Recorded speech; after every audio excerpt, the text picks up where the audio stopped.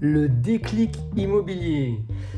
Alors, au 11 août 2026, eh bien, si la disparition de la pige, en fait, c'était votre plus grande opportunité. Hein, je ne sais pas ce que vous en pensez. Mais moi, je pense que le 11 août, il y a beaucoup d'agents qui vont perdre leur principal levier de prospection.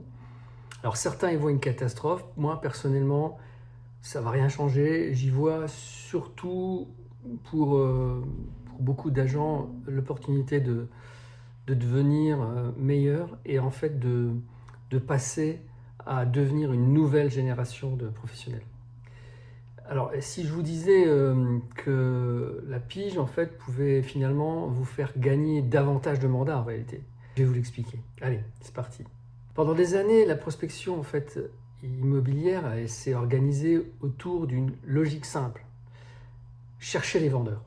Ok, allez chercher les vendeurs dans les boîtes aux lettres, à la rencontre. Mais en fait, le paradigme, il a changé, le marché, il change complètement. Et les attentes des vendeurs changent également en réalité. Et pourtant, il y a beaucoup d'entre nous, professionnels, qui continuent à appliquer les mêmes méthodes. Moi, ça fait 8 ans maintenant que j'ai changé mes méthodes. Moi, je considère que la vraie question n'est plus de comment trouver davantage de vendeurs, mais comment faire en sorte que les vendeurs aient envie de venir vers moi. Ça change tout. Et c'est exactement là que réside le vrai changement.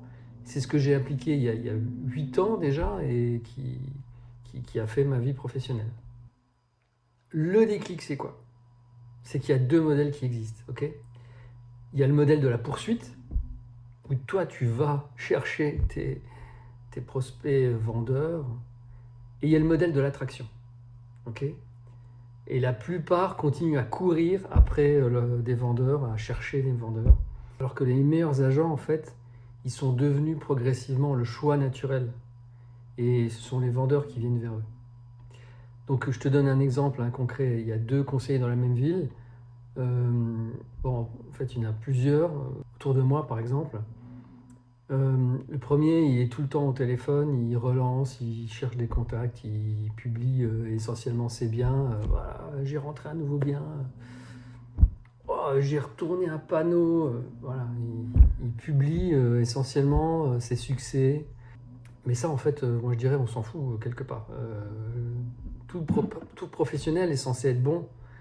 Le boulanger, en fait, il dit pas ce matin, ouais, super, j'ai réalisé 600 petits pains au chocolat, 800 baguettes. Non, en fait, il célèbre pas en fait ce qu'il fait naturellement dans son métier. Le second agent, en fait, il va parler de son secteur, il va expliquer le marché local, il va rassurer les propriétaires, il va répondre à des vraies questions que se posent les vendeurs, avant même qu'elles soient posées, en fait. Et à ton avis, entre quelqu'un qui communique « ouais, j'ai vendu, ouais, j'ai retourné mon panneau » et celui qui apporte de la valeur, le propriétaire qui voit ça, qui a l'intention, qui n'a pas encore l'intention de vendre, et le jour où il a l'intention de vendre, vers qui il va se tourner? C'est soit celui qui montre ses succès, soit celui qui montre de la valeur, quoi. En fait, personne, en tant que client, personne n'a envie d'être démarché. Toi-même, tu n'as pas envie d'être harcelé au téléphone pour des panneaux solaires, pour une nouvelle cuisine. Mais par contre, tout le monde apprécie l'information locale, de l'information citoyenne, des choses qui t'intéressent sur le sujet de l'immobilier, puisque tu projettes de vendre. Donc, un professionnel qui apporte régulièrement de la valeur, il va être considéré autrement. On n'a pas envie de suivre les publicités, mais par contre, on a envie de suivre de l'information, une référence. Okay, donc, si je te mets un cas concret, il y a un propriétaire qui hésite à vendre. Pendant 3 mois, voilà, il sait qu'il va progressivement, il sait qu'il va mettre en vente. Il regarde les réseaux sociaux. Il observe, mais finalement, qui c'est qui explique, qui c'est qui rassure, qui c'est qui connaît réellement son secteur, qui c'est qui semble humain. Et en fait, le rendez-vous d'estimation de mandat, il se joue là déjà. Il se joue avant que tu le rencontres. Et avant le premier appel, avant qu'il fasse la démarche de te contacter, lui, il aura choisi déjà avec qui il va travailler. Même si ensuite il compare, quand il compare, il veut affiner son choix. Ok ? Et en fait, il y a beaucoup d'agents qui confondent la visibilité, ouais, j'ai vendu, encore un panneau retourné, et l'attractivité, d'accord ? Et ils confondent ça. C'est pas parce que tu es visible que tu es attractif. Visible, ça signifie être vu, ok ? Et attractif, ça signifie être choisi.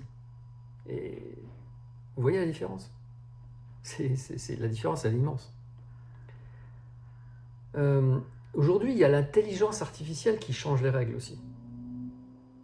Elle permet aujourd'hui de produire plus de contenu.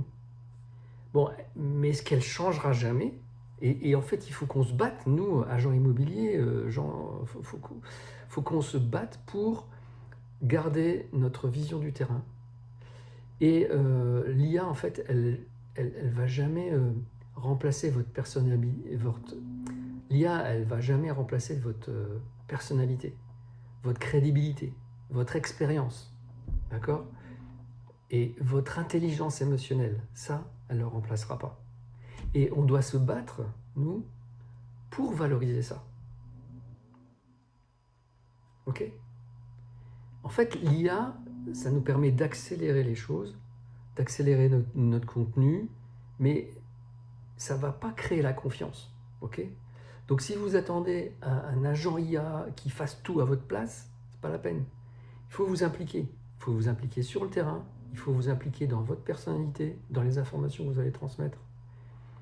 Et donc ça reste du travail de conseiller et de proximité. Et c'est très humain. Et ça n'a jamais été aussi fort, je trouve, de développer le cœur de notre métier immobilier qu'aujourd'hui. Voilà. Le métier, il évolue. Vous ne serez plus seulement celui qui diffuse des annonces. Ok ? Vous allez devenir celui qui éclaire les décisions. Et c'est ça, en fait, c'est cette posture, en fait, qui attire naturellement les vendeurs. Ils cherchent du conseil, ils cherchent une référence locale. Ok ? Bon, alors, dans les prochaines 24 heures, allez, vous dites, je publie plus de biens immobiliers. Hein, vous faites cet effort-là de dire, ok, je vais remplacer le fait de publier un nouveau bien, pas de retourner. Hein, essayez de changer ça et vous dites, ok, qu'est-ce que je peux apporter comme valeur à mon public, à mes concitoyens. Ok, ça c'est une question forte. Publier en fait une information utile sur une rue, un quartier, une école, un projet communal, l'évolution du marché. Et vous posez la question, une seule question que vous posez. Est-ce que cette publication, elle donne envie de me faire confiance ? Ok ? Donc, la disparition progressive de certaines méthodes, comme la prospection téléphonique, ça ne doit pas être vécu comme une menace. C'est une opportunité, en fait, de changer ces méthodes et d'appliquer une méthode que j'utilise depuis 8 ans. Et depuis 8 ans, ça m'a permis de vivre de l'immobilier. Et pour vous dire, quand je me suis mis au coaching, à la formation, à l'encadrement de mes équipes, ça a mis 1 an et demi avant que ma popularité, en fait, elle décroisse. J'avais encore des appels et des contacts, et j'en ai toujours d'ailleurs, et puis quand j'ai besoin de rentrer des nouveaux mandats, parce que je suis aussi conseiller immobilier, en fait, je republie, mais avec un objectif, une ligne éditoriale bien précise. Et en fait, voilà, ça revient. J'ai des mandats qui reviennent naturellement. Donc voilà, c'est ce que je souhaite à tout le monde en fait. Cette méthode-là, elle est simple, elle n'est pas intrusive, elle est attractive, et, voilà. Donc c'est sûr, hein, ça oblige chacun à monter en compétence, à faire autrement. Demain, les professionnels qui réussiront ne seront pas forcément ceux qui parleront le plus, mais ceux qui vont créer le plus de confiance. Et ça change tout. Et je trouve que c'est une bonne chose pour la profession. Alors, selon vous, la fin de la pige, c'est vraiment une menace? Ou c'est une formidable opportunité pour les professionnels qui accepteront de changer, d'évoluer? Moi, j'ai la réponse. Allez, dites-moi ça en commentaire. Ok. Bon, en tout cas, la référence, être la référence, ça ne s'improvise pas, ça se construit. Et moi, je bâtis la stratégie complète avec celles et ceux qui veulent s'imposer et croître dans leur profession, durablement, sur leur secteur. Et je suis Pascal Riff, je suis conseiller immobilier, passeur de bonheur, animateur des groupes Les Motivés de l'immobilier et coach formateur. Je diffuse mes méthodes exclusives sur les groupes Facebook Les Motivés de l'immobilier et j'organise des webinaires gratuits et aussi des coachings. Voilà, alors reste motivé et inscris-toi au prochain webinaire.